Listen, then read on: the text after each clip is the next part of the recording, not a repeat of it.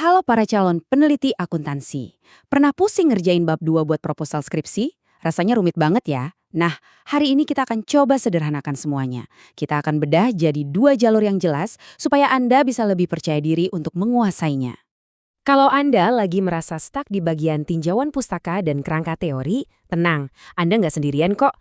Banyak banget mahasiswa yang merasa bagian ini tuh rintangan paling besar. Tapi jangan khawatir, sebetulnya ada cara yang lebih gampang buat memahaminya. Oke, biar gampang, kita pakai analogi sederhana ini. Bayangkan Anda ada di persimpangan jalan. Pertanyaannya adalah, apakah Anda seorang arsitek yang mau membangun rumah dengan dana yang super detail, atau Anda adalah seorang penjelajah yang mau masuk ke hutan baru hanya dengan berbekal sebuah kompas? Ini dia peta perjalanan kita hari ini. Kita akan mulai dari persimpangan penelitian, tempat semuanya bermula. Lalu kita akan telusuri 2 jalur utama, jalur si arsitek yang kuantitatif dan jalur si penjelajah yang kualitatif. Setelah itu, kita bandingkan keduanya dan, yang terpenting, kita bantu Anda memilih jalur yang pas. Oke, sebelum kita pilih mau jadi arsitek atau penjelajah, kita harus paham dulu, sebenarnya buat apa sih bab 2 itu? Ingat ya, bab 2 itu bukan cuma kumpulan kutipan buat menu-menuin halaman. Ini adalah fondasi dari seluruh penelitian Anda. Intinya, bab 2 itu ibarat tulang punggung dari seluruh argumen Anda. Disinilah Anda menunjukkan kalau Anda tuh benar-benar paham teorinya, dan dari situ Anda membangun landasan yang logis dan kuat untuk penelitian Anda. Ini adalah bukti keseriusan akademis Anda.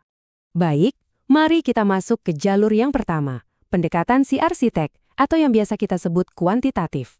Jalur ini tuh semuanya tentang struktur, pengukuran, dan pengujian. Tujuannya jelas, membangun sebuah argumen yang kokoh, lalu membuktikannya dengan data. Setiap arsitek pasti memulai dengan fondasi yang kokoh kan? Dalam penelitian, ini namanya grand theory. Contohnya, teori kontingensi. Gampangnya gini, teori ini bilang kalau nggak ada satu cara terbaik yang berlaku untuk semua situasi. Efektivitas itu bergantung pada konteks. Misalnya nih, sistem kontrol biaya yang sukses di perusahaan manufaktur raksasa, ya belum tentu cocok buat startup teknologi yang baru berkembang. Nah, alur kerjanya si arsitek ini sangat lurus dan terstruktur. Anda mulai dari teori yang besar, lalu Anda rancang denah yang detail, ini yang kita sebut kerangka konseptual, dan akhirnya Anda merumuskan sebuah prediksi yang sangat spesifik atau hipotesis yang siap untuk diuji. Nah, inilah dia, denahnya si arsitek, sebuah kerangka konseptual. Ini bukan sekedar gambar kotak-kotak loh. Diagram ini secara visual memetakan gimana Anda menduga variabel-variabel itu saling berhubungan. Panah-panah itu menunjukkan alur logika yang nantinya akan Anda uji dengan statistik. Dan inilah hasil akhirnya, sebuah hipotesis. Ini adalah sebuah pernyataan yang jelas, terukur, dan yang paling penting bisa diuji kebenarannya dan bahkan bisa juga disanggah. Seluruh desain penelitian Anda nanti, dari kuesioner sampai analisis data, tujuannya cuma satu, menguji prediksi spesifik ini.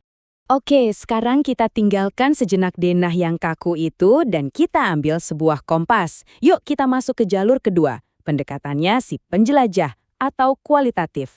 Kalau tadi kita fokus membangun, sekarang kita fokus menjelajah untuk memahami. Di sini tujuannya beda banget. Kita bukan mau menguji sebuah teori. Tapi kita justru memakai teori itu sebagai panduan. Anggap saja teori itu seperti sebuah senter di dalam gua yang gelap. Senter itu membantu Anda melihat apa yang ada di sekitar. Tapi dia tidak memberitahu Anda di mana letak ujung gua itu. Salah satu senter atau lensa yang paling kuat untuk para penjelajah kualitatif adalah teori sense making.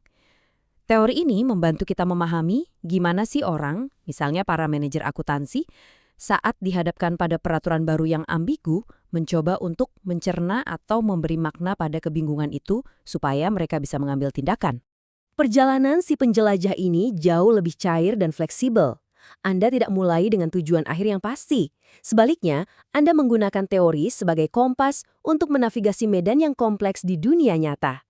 Tujuannya adalah untuk menemukan pola atau wawasan yang mungkin sama sekali tidak Anda duga sebelumnya.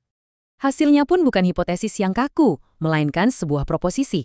Anggap saja ini sebagai sebuah dugaan awal yang terdidik yang akan Anda eksplorasi lebih dalam, bukan diuji secara statistik. Dan yang menarik, proposisi ini bisa saja berkembang atau bahkan berubah seiring Anda menemukan lebih banyak hal di lapangan. Oke, biar makin nempel di kepala, yuk kita jajarin keduanya. Kita letakkan denah si arsitek dan kompas si penjelajah ini berdampingan, supaya perbedaannya jadi kelihatan jelas banget. Jadi, poin krusialnya begini. Jalur kuantitatif, si arsitek itu berusaha untuk mengkonfirmasi sebuah peta yang gambarnya sudah ada. Sedangkan jalur kualitatif, si penjelajah, dia justru berusaha untuk menciptakan sebuah peta baru dari wilayah yang belum dikenal. Nggak ada yang lebih baik atau lebih buruk ya. Keduanya punya tujuan yang berbeda dan sama-sama berharga dalam dunia penelitian. Nah, setelah kita paham kedua jalur ini, pertanyaan terbesarnya sekarang, bagaimana cara Anda memilih jalur yang paling tepat untuk penelitian Anda sendiri? Jawabannya sebenarnya sederhana. Tidak ada metode yang superior. Pilihan Anda harus selalu kembali ke satu hal, pertanyaan penelitian Anda. Coba tanyakan pada diri sendiri, apakah Anda ingin mengukur seberapa besar pengaruh sesuatu? Kalau iya, pilihlah jalur arsitek. Tapi kalau Anda ingin memahami bagaimana sebuah proses terjadi atau mengapa sesuatu bisa seperti itu, maka ambillah kompas sang penjelajah. Jadi, ini dia bekal yang bisa Anda bawa pulang untuk menyusun bab 2 Anda. Ingat, arsitek butuh denah yang presisi, sedangkan penjelajah butuh kompas yang bisa diandalkan. Apapun jalur yang Anda pilih, pastikan bab 2 Anda memberikan peta yang jelas untuk seluruh perjalanan studi Anda. Nah, sekarang giliran Anda yang memutuskan. Jalur mana yang akan Anda ambil? Mau jadi sang arsitek yang membangun struktur yang kokoh dan definitif? Atau mau jadi sang penjelajah yang mengungkap cerita-cerita baru di baliknya? Pilihan ini bukan cuma soal metode, tapi tentang kontribusi pengetahuan seperti apa yang ingin Anda berikan. Pilihlah dengan bijak dan selamat memulai perjalanan penelitian Anda